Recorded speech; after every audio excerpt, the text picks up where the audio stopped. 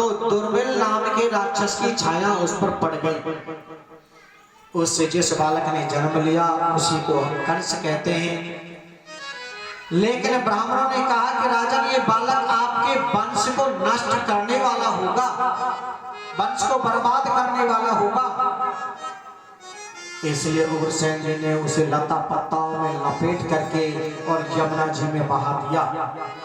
परंतु वसुदेव के पिता सुरसेन जब यमुना में भजन कर रहे थे तो सुरसेन जी ने उस बच्चे को गोद में लिया और घर ले आए। पत्नी से बोले कि देवी, अब तक केवल वसुदेव हमारा बेटा था, विधाता ने एक और दे दिया। कंस वसुदेव जी के साथ में सुरसेन जी के यहाँ पल रहा है। उग्रसेन जी कंस के बाद में 4 पुत्र, और इधर कंस को नारद जी के द्वारा सूचना मिली कि मैं उग्रसेन का बेटा हूँ। रात्रि में उठ करके चला गया, कैलाश पर्वत पर तपस्या करने लगा। सो भगवान शिव को प्रसन्न करके वरदान प्राप्त किया। जैसे ही शिव जी ने एक धनुष दिया, कहा कि नारायण के अलावा इसे कोई तोड़ नहीं सकता, और इसे जो तोड़ेगा, इस धनुष को जो तोड़ेगा वो तुम्हें छोड़ नहीं सकता। अगासुर, बकासुर, भौमासुर, अरिष्टासुर, केसी, दैनकासुर, बड़े बड़े राक्षसों को कंस ने अपनी सेना में सम्मिलित कर लिया। मथुरा पर आकर के चढ़ाई कर दी, यज्ञ विध्वंस कर दिया। उग्रसेन ने कहा कि कंस, तुमने ब्राह्मणों के यज्ञ को विध्वंस किया है, इन्हें प्रणाम करके और इनसे क्षमा मांगा। कंस ने उग्रसेन जी को पकड़ करके और कारागृह में डाल दिया। मथुरा में ढिंढोरा पिटवा दिया कि आज के बाद में यज्ञ करना बंद, पूजा पाठ बंद, ब्राह्मण भोजन कराना एकदम बंद। हम ही भगवान है, पूजा करनी है तो हमारी करो, यज्ञ करना है तो कंस महायज्ञ करो, और मंत्र बोलना है तो कंसाय स्वाहा बोलो। ऐसा मन में अभिमान आ गया कंस के। कंस के एक और भाव आया, देवकी का विवाह कर दो, चाचा की पुत्री है, मेरी छोटी बहन है।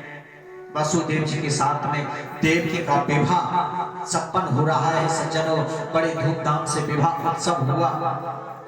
कंस ने बहुत दहेज लिया, लेकिन वसुदेव देवकी को जब जैसे विदा करने के लिए चला कि पति ने प्रग्रहीण कंस महाभाष्या ने हासिरे निभाता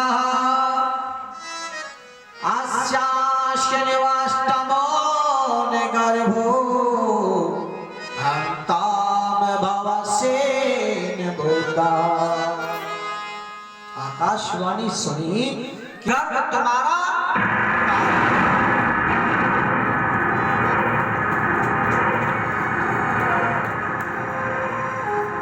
इसका अष्टम गर्भ तुम्हारा काल होगा। लेकिन जो ना समझ होते हैं, जो देह को ही आत्मा मानने लग जाते हैं, अपने शरीर की सुरक्षा के लिए अपने प्रियजनों को मारने में संकोच का अनुभव नहीं करते। मेरे काल को जन्म देगी देवकी, मेरे काल को जन्म देवे देवकी, जीवित नहीं छोड़ूंगा। काल पैदा होगा कहां से? कंस ने तुरंत देवकी के केस पकड़ करके और रथ से नीचे खींच लिया, तलवार से उसे मारने को उद्यत हो गए, तैयार हो गए। लेकिन पति को पति कहलाने का अधिकार तभी है जब हर प्रकार से पत्नी की सुरक्षा कर सके। वसुदेव जी ने तुरंत कंस के तलवार वाले हाथ को पकड़ लिया और कितनी सुंदर बात कही कि श्यालिनी गुण सुररतेन वानम भोर सहैका कम भगिनी हन्या स्त्री यद्रा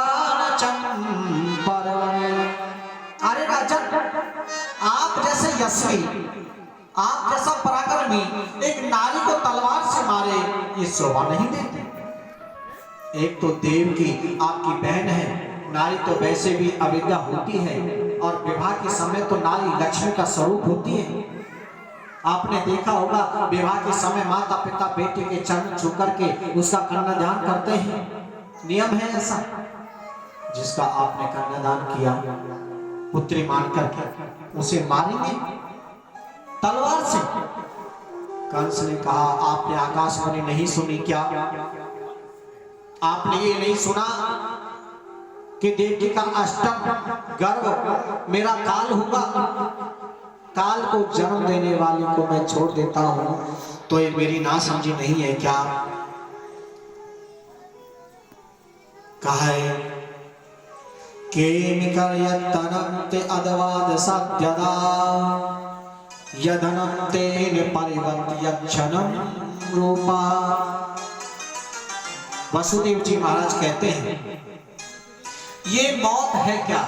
हम जी नहीं रहे हैं, हम मर रहे हैं। मरने का नाम ही तो जीना है। सो ये कहने लगे केमिकर्मण्यत्यनन्तोन सर्वे क्षम्यताम नित्यान पतन्याचुच्छर्म। कंस ने कब जन्म लिया और कब मरेगा कोई जानता है, परंतु कंस ने क्या किया वो सब जानते हैं। राजन, तुम्हारे चरित्र पर कलंक लग जाएगा। बड़ा वीर बनता था, बहन को तलवार से मार दिया, ऐसा मत करो राजन। सो कंस ने कहा, सुनिए, ये भाषण किसी और को सुनाना, ये वेदांत किसी और को बताना।